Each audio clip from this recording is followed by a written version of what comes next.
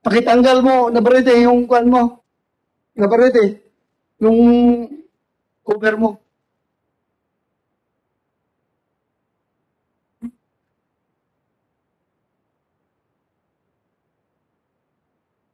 Yan ang Navarrete na sinasabi mo. Paano mo nalaman na Navarrete ang pangalan niya? Balik ka muna dito, balik ka muna dito. Thank you, thank you. Balik ka dito.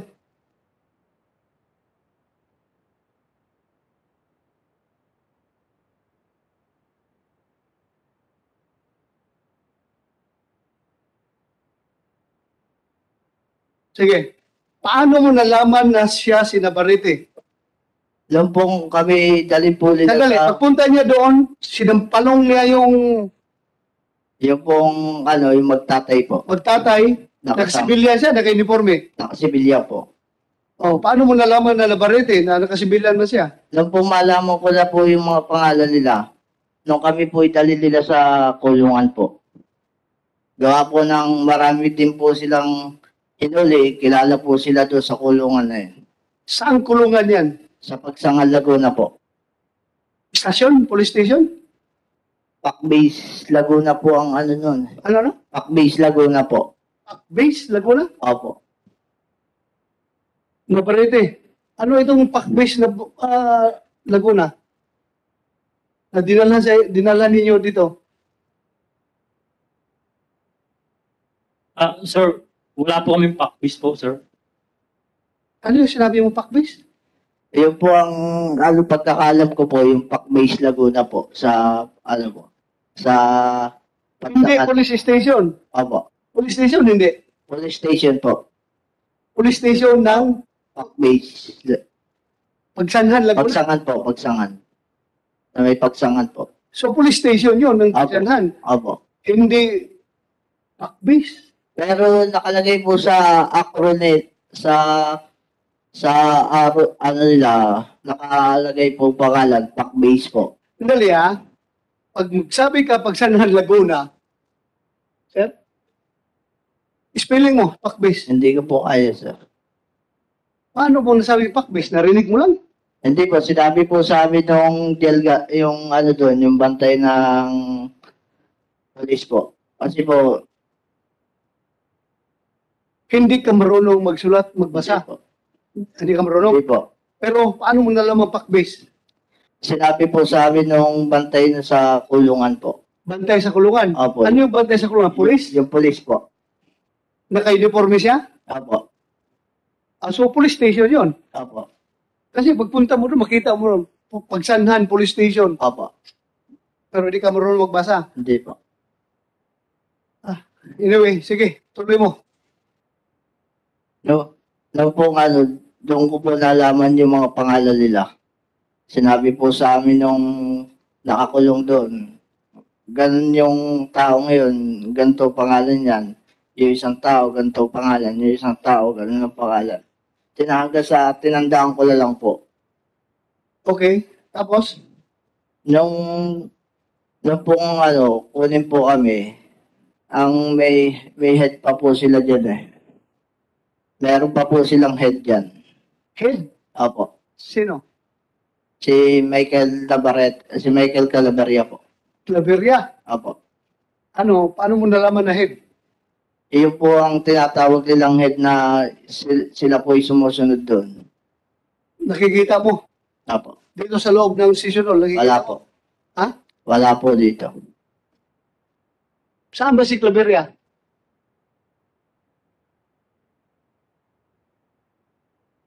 Si IDG. Yung Claveria. Patawag na ninyo. Bigyan niyo upuan dyan.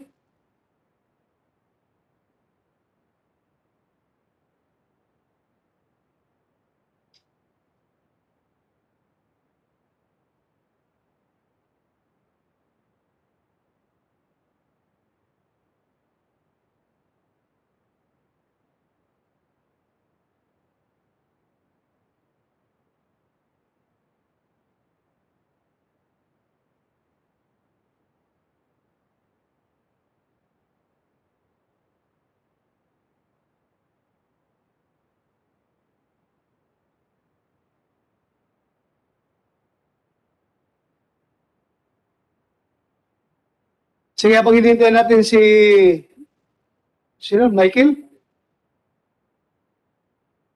Tuloy mo muna, tuloy mo. No, no po kung kami kinuha po doon. Kasi siya po yung parang namumuno doon na pinakang under nila yung tatlo po. Noon po kami kinuha, habang kami nilalabas na po sa sabungan, ang sabi po niya sa amin, bakit si Boss Atong pa ang inyong ang inyong binangga?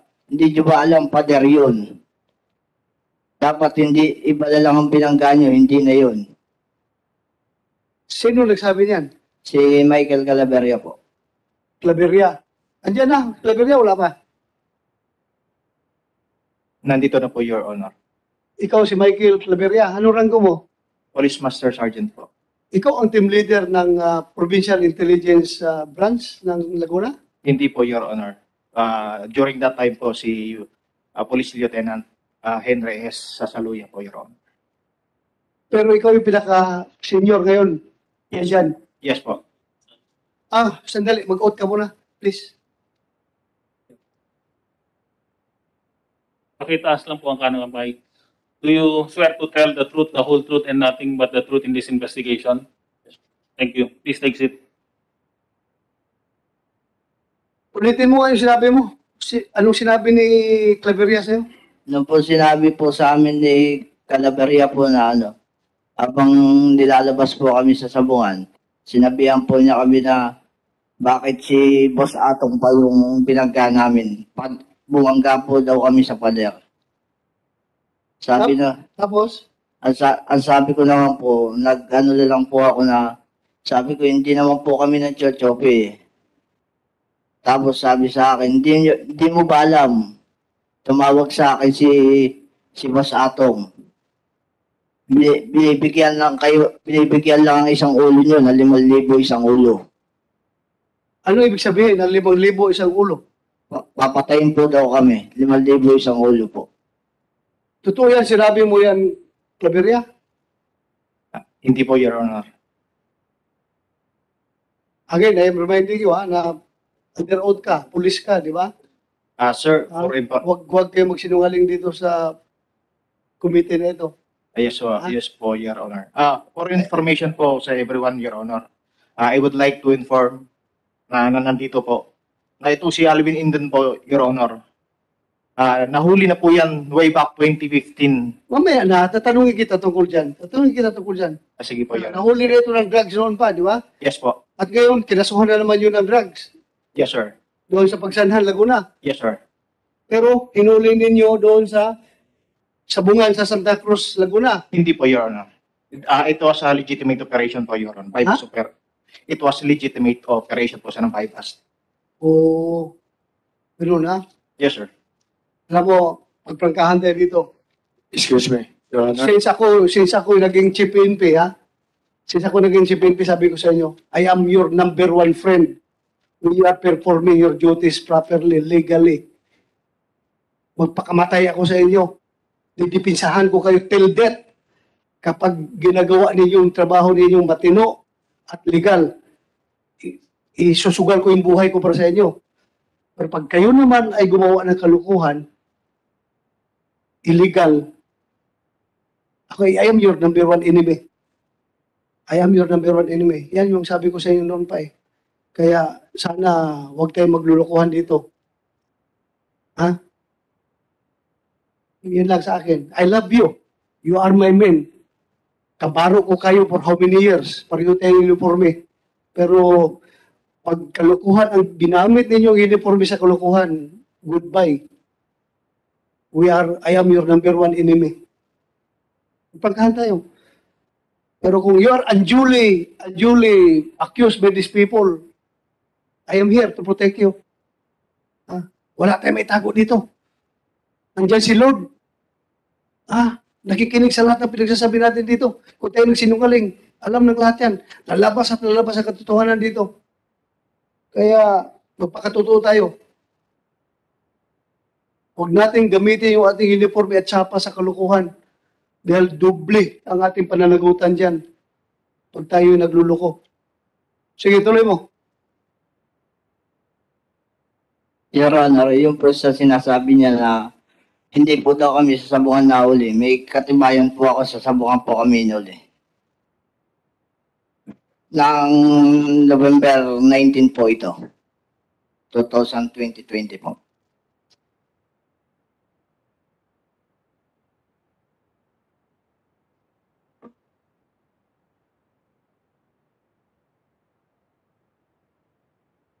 Ano ito? Pahingi po dito, sir. Thank you. Yan po yung Tagan po. Your Honor, yung pag nagpapasok po kami ng entry name. Owner, Cycross, entry name, Game Farm, Midnight Stagan, 12:30 p.m. So ito nagpapatibay na nandoon kayo sa sabungan, Opo, Your Honor. doon kayo hinuli. Opo, Ha? opo. Na doon Tanungin po- natin si Julie Patidungan. Hinuli ba niyo talaga ito doon sa sabungan? Hindi po, Your Honor.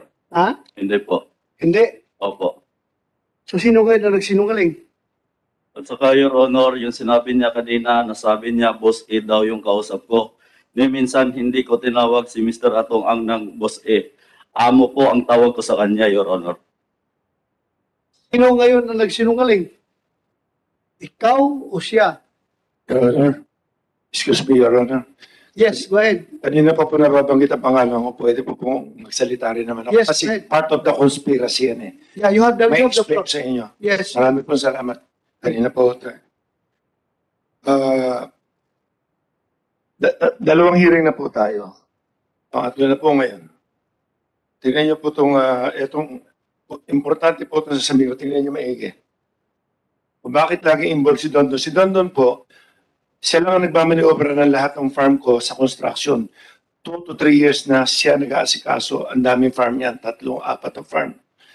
Kung titignan nyo, dalawang Senate hearing plus ngayon, ang question kung sino-sino nilalabas sila, biktima ba silang lahat?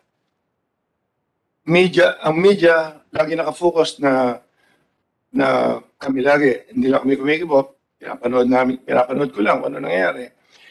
Talaga bang si Butch Inonog, big inosente ba? Or biktima? O ano? Mr. Atongang, I just would like to remind you na kaya nakafocus sa inyo ang investigasyon. Dahil, naturalmente, doon bago nawala yung mga tao, doon sa sabungan ninyo. Yes, Your Honor. Before you want to destroy the credibility of whoever, kung anong klase tao si Inono, I just would like to tell you na kaya nakasintro, baka sabihin mo na kayo lang ang pinagtutukan. Kayo talaga. Sa inyo talaga nakatutok ang investigasyon. Ano nangyayari? Hindi ko po sinisira credibility niya. Pwede po tapusin ko lahat. Sige. Makikita niyo po ang conspiracy rito. Sige, sir? Gusto niyo po malaman Yeah, yung go ahead, conspiracy eh. Go ahead with the conspiracy. Patapos na, kasi mahaba-haba konti lang to, pero andito lahat ng laman. Sige, please, continue. Kasi kasi putol-putol to, pagka na-question ako ng isa, magtataka kayo, hanggang dulo ang sagot dito para matapos tong pinag-uusapan na to eh. Okay? Andito lahat ng laman, okay? Ina-explain ko lang sa inyo, yung salita ko na, yung question ng mga tao, yung inosente ba sila o hindi? Tapos, papakita ko rin sa inyo kung ano yung, kasi pinag-usapan na yung mga chope-chope, hindi naman namin malalaman talaga yan eh. Dahil yung taya nga, hindi namin nakikita. Dahil, kung pakikita ko sa inyo mamaya, yung kung paano sila kumikita ng pera. Okay? Patutunayan ko rin sa inyo na ayaw ko ng yung dahas-dahas dito. Patutunayan ko rin sa inyo. Gusto ko rin, isipin nyo kung sino nasa likod din ito ngayon. So, medyo makikita nyo. Kaya kung sana, pakinggan nyo lang muna. Maraming po salamat. Your Honor. Okay. Your Honor, yung umpisa po tayo noong unang mag-hearing, si Butch Inonog at anak niya, ang sabi niya, driver lang po sila,